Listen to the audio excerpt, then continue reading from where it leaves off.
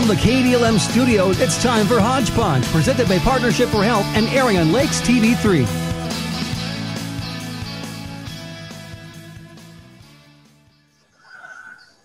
Good Friday morning. It is December 4th. I'm Joel Ketke. Welcome into Hodge Podge here on this last day of the first week of December.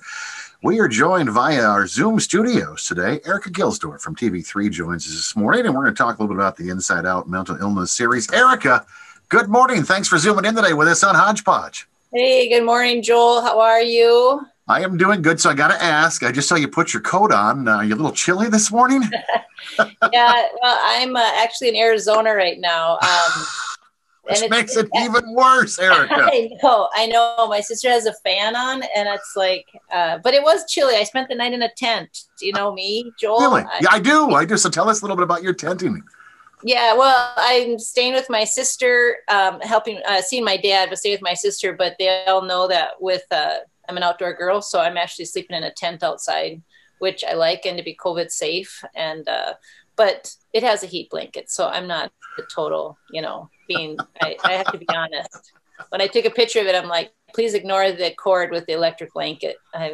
Only in Arizona would you be using a heated blanket to sleep out. I know. I'm being wimpy. My sister insisted, and I did not protest too much. So, Erica, let's talk a little bit about this Inside Out mental illness series. Tell us a little bit about how this series came about. Yeah, so we were going to have the series back in February. So we had it last year in February. We got canceled once because of a snowstorm. This year it got canceled because of COVID. So we delayed it, and then we just decided, let's just go all online, because I think now more than ever, people need mental health tips and advice, and to hear from professionals and to share their stories. And so we just did it all online. And it started with, I have OCD. I've had OCD since I was little. I also have challenges with depression. And it's even hard for me to say that now, because the stigma is still so there to be like, oh my gosh, did I really say this out loud?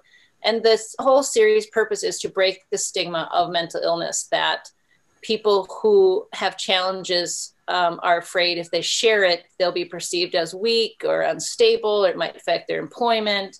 People look at them differently. And we're trying to change that, because the more people get help, the more they're going to feel better. And the more people can be compassionate, understand the challenges that go with having a mental illness of some form. Erica, this is a 10-part series, correct? Yes. So what we have this year is, it's so great. So people ask me where, I got asked a little while ago, where did you get the interviews? Where did you get the people to interview? And what was so cool is the majority of these interviews were people that asked us if they could talk. It was part of the healing process too of having mental illness, is letting people know, like, hey, this is what it feels like to be bipolar. This is what it feels like to have trauma in your life and have severe anxiety. And so people came to me and said, hey, I'd love to share my story of what it's like with mental illness in the judicial system. And I'd love to share my story on personality disorder. And so that's where then we went out, and we the community was extremely supportive in helping to fund it, both for their professional to share a story, but also to fund the story of that person. So it's just really awesome. As I'm looking over the list of topics, Erica, of course, given that we are in this pandemic, I don't think any of these could be any more timely than that we are going through right now. Right. We started with, which is airing this week, with generalized anxiety. Dr. Gathridge with Sanford talks about that, because mental illness is either being exacerbated if somebody has mental illness because of all the trauma that's going on with the pandemic and with other things happening in the world. But it's also people for the first time experiencing heightened mental challenges with just, not formally diagnosed, but just anxiety, depression, overwhelming stress. And he gives great tips and advice on how to work through that and support each other. I see one of the topics coming up the week of December 21st is addiction recovery and mental illness. And about a month ago, we had a Detroit Lakes native on the air with us from Hazleton talking about how they are seeing an increase during the pandemic with addiction and the efforts to recover a little bit harder. Can you touch on some of the topics that are going to be discussed in that particular segment, Erica? Right. Yep. That one is we just have dual diagnosis is something that I did not know about, and how you can have mental illness and addiction often go hand in hand, and trauma. And we have a guest that talks about her struggles, and particularly somebody who is very well known in the community. And that's was important to her also to be like, this is all of us. We all have struggles, even people that are in a leadership role. And it's very exciting that she's sharing her story. And she talks about her struggles and her recovery. And then we have a professional that talks about how you can help yourself, how you can get help, what treatment looks like, and also how you can support others. So yeah, that list we have. So going through the list, we're starting this week with generalized anxiety. Then we go to anxiety with trauma. That's a young person who had trauma in her life and how anxiety. Then we go into farmer depression and suicide. That's a big issue, especially in rural Minnesota. And then bipolar with another young man, addiction recovery, borderline personality disorder, mental illness in the judicial system, and mental illness as it relates to domestic violence. And then potentially we have elderly, that one's still pending, mental illness in our elderly, especially as they're isolated. And then the best thing, not the best thing, but Joel, what we had at our live event was a panel discussion for people to ask questions. So we all started doing that by video. So at the very end, we have questions that the professionals are answering with more, layman kind of like, hey, my sister struggles with this. What would you suggest? So it's an opportunity for Karen Pfeiffer with Becker County Energized is facilitating it.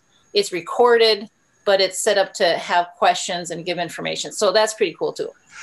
Erica, I'm guessing this is not possible without some sponsors. Who helped you guys out with this series?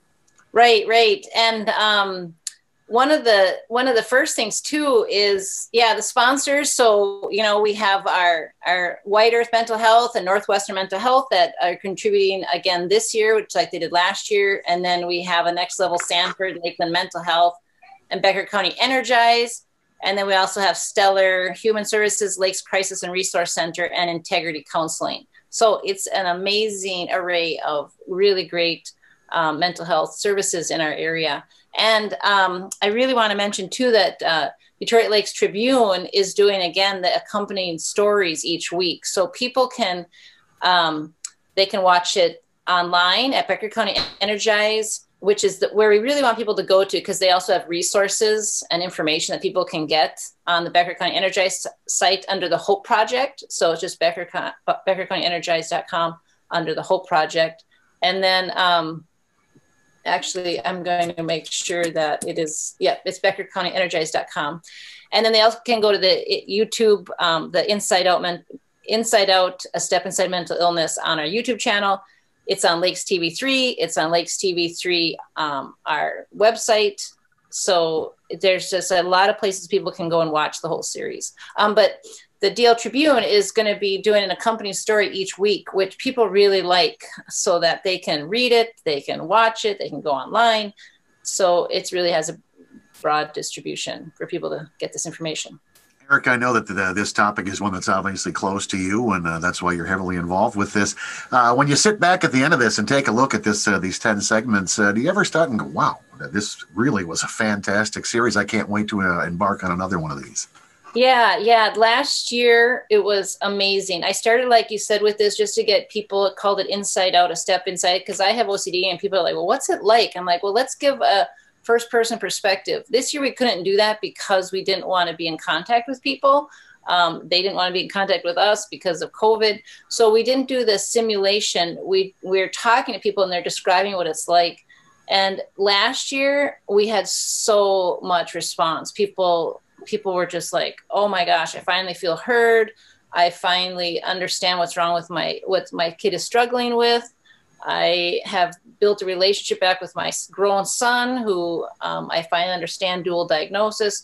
And so the feedback, I mean, I had people calling me saying, oh my gosh, the PTSD was so helpful. My son is finally going to get help.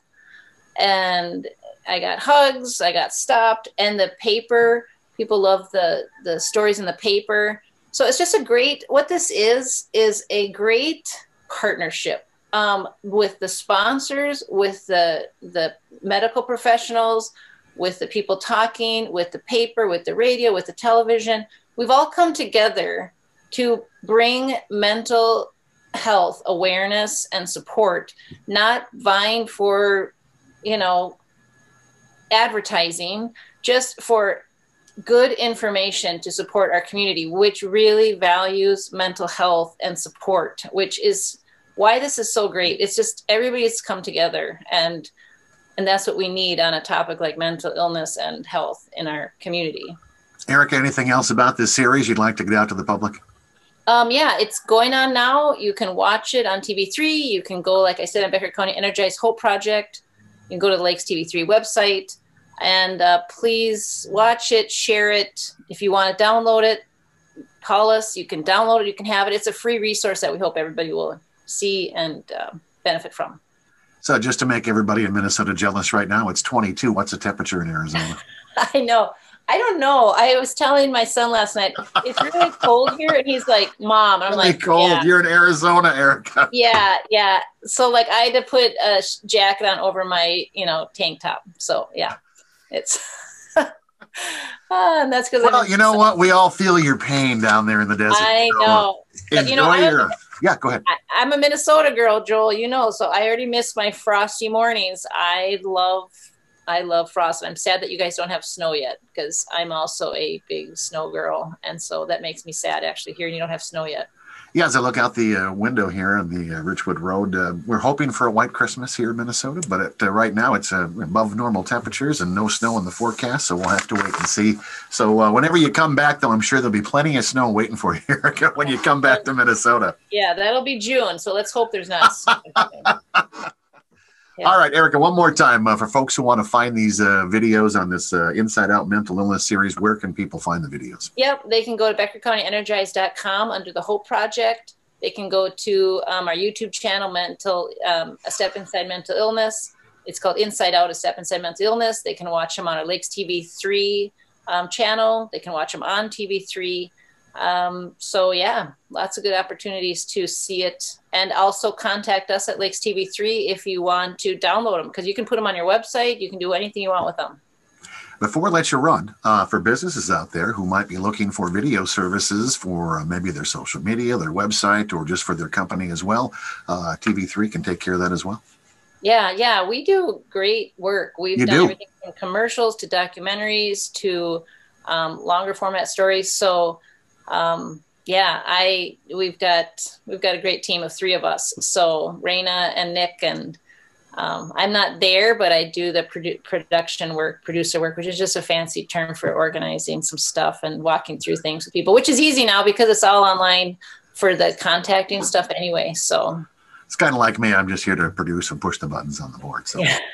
Yeah. Hey, I don't know that we'll talk to you before the Christmas holiday. Have a great Christmas and a great New Year. And I encourage folks to check out this series, Inside Out Mental Illness series, available at TV3. Erica, great for being with us here today. We'll talk to you again soon. Take care and happy holidays. Joel. Good Tuesday morning. Welcome into Hodge Podge on this December 8th. I'm Joel Ketke. Last Friday, we talked with Erica Gilsdorf from TV3 about this fantastic video series, Inside Out, A Step Inside Mental Illness.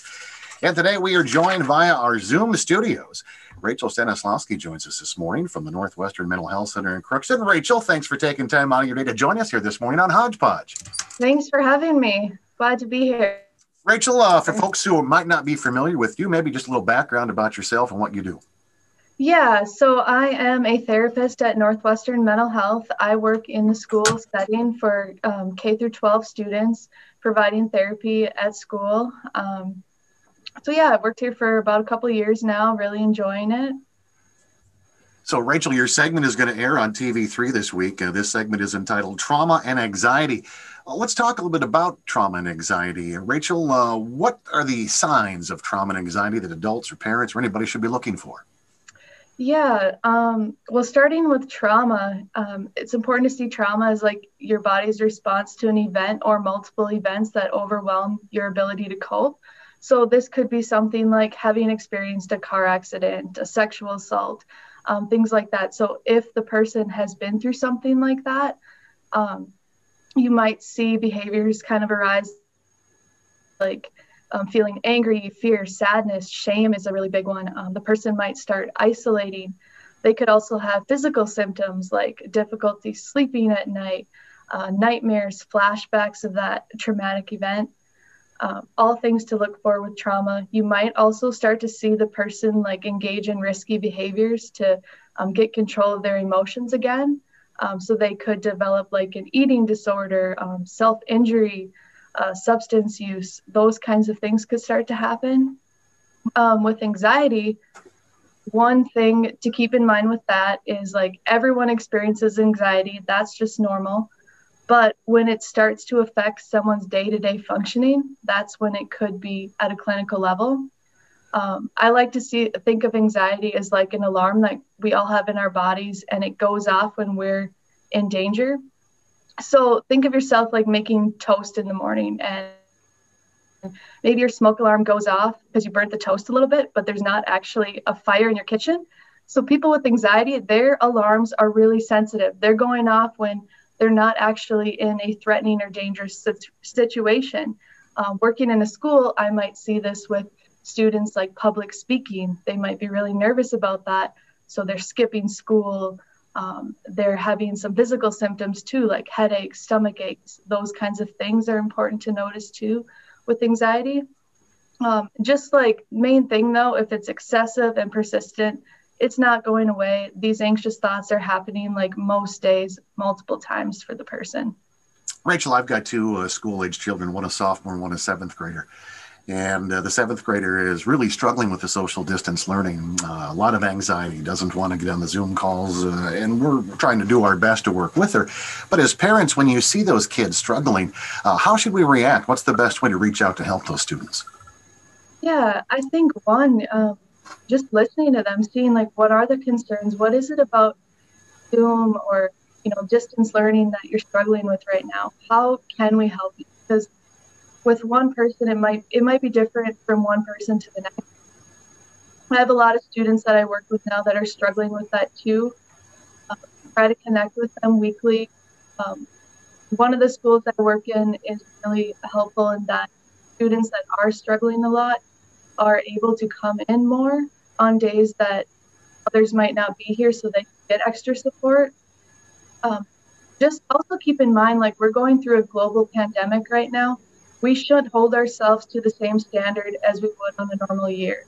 Like if things are flipping a little bit, falling behind, like we got to give ourselves some grace in those and take time to connect with people when you can. And like, I know we're all getting sick of the screen time, but maybe going for a walk with a friend, socially distance, those types of things to still get human connection. Rachel, when we talk about trauma, we let off with, I think most people think of trauma as a broken arm or a broken leg, some kind of a physical trauma, but we're talking a little bit about mental trauma as well, correct? Yeah, absolutely. Trauma doesn't just have to be like a singular event, like a car accident. It could be something ongoing. Trauma could be like experiencing ongoing bullying. It could be experiencing racism, discrimination, sexism, those kinds of things too could be true. Okay, let's talk a little bit about during this pandemic. We kind of touched on it. I'm guessing you're seeing a lot more cases throughout the entire area during the pandemic. Yeah, I absolutely am. What we're facing is unlike anything we faced before. And I think, again, it's important to remember that this isn't the norm. So it is normal to have responses like anxiety. I'm seeing people worrying about their friends, families, their loved ones with underlying health conditions, financial concerns, people being let go from work or businesses having to close. a lot of anxiety from parents about, having to kind of plan their schedules around the distance learning and helping their kids. Like, parents aren't teachers, so that adds a lot of extra stress. And it's totally normal. So we have had a lot more people reaching out, seeking support. I think one amazing thing that has come from this pandemic is the rise in telemedicine. Our agency is doing that now, so we can meet with people virtually, which is so beneficial, especially to rural communities. A lot of people, it's that transportation barrier of getting to a mental health clinic, and especially on a weekly basis, that's just not practical. It's not affordable for everyone. So telemedicine is a great bridge between that, and it's almost easier for people to reach out for support that way too, because it feels less intimidating sometimes than going in person. So I think that's just been great. We also have a crisis line, and we've started this year a warm line. So it's for people that are experiencing like stress during this pandemic, parents especially, stress with their kids and those kinds of things. They can call and receive support from a trained mental health professional. Rachel, final topic. I know you got to run here, but you touched on it briefly. So let's talk a little bit about from a treatment standpoint, or how you can reach out and help some of these people that are suffering. What can be done to help people that are suffering from the trauma and anxiety? Yeah, absolutely. Well, I think therapy is an amazing tool and resource for those experiencing anxiety and trauma. I do a lot of CBT, so that's cognitive behavioral therapy. That's understanding like how our thoughts impact our feelings, which impacts our behavior. Once you can understand that, you're able to identify and challenge your negative thinking patterns. Therapy can also incorporate like relaxation, mindfulness, breathing techniques. For trauma, it gets a little bit more specific. So there's some therapies like EMDR, that's eye movement desensitization and reprocessing. So when someone goes through trauma, that memory isn't stored correctly in our brain. And the way that it is stored is so that when we're experiencing something traumatic or a trauma reminder, it feels very present to us, like we're going through the trauma again. So EMDR kind of helps to correct that missed storage, so the painful memories associated with the trauma kind of lose their impact. So that's a therapy that we offer that people could do. Another one for kids would be trauma-focused CBT. So that's that cognitive behavioral therapy, but designed for trauma. It provides psychoeducation, promotes safety. It helps the person to kind of write their trauma narrative and process that and share it with a trusted adult and caregiver. So those are a couple options that we have. Again, I strongly advocate for people to seek support and therapy. There's lots of different therapies out there too. So if something doesn't work for you, your therapist will be able to help connect you with other resources that you can try. Rachel, before we let you go, for folks who would maybe like to reach out to you to talk a little bit more about this, could you give out your contact information? Yeah. Well, one thing I want to share is that a crisis support line for people, that's 1-800-282-5005. Also, I want to share the general number for Northwestern Mental Health Center. That's 218-281-3940. So those are a couple ways to reach out for help.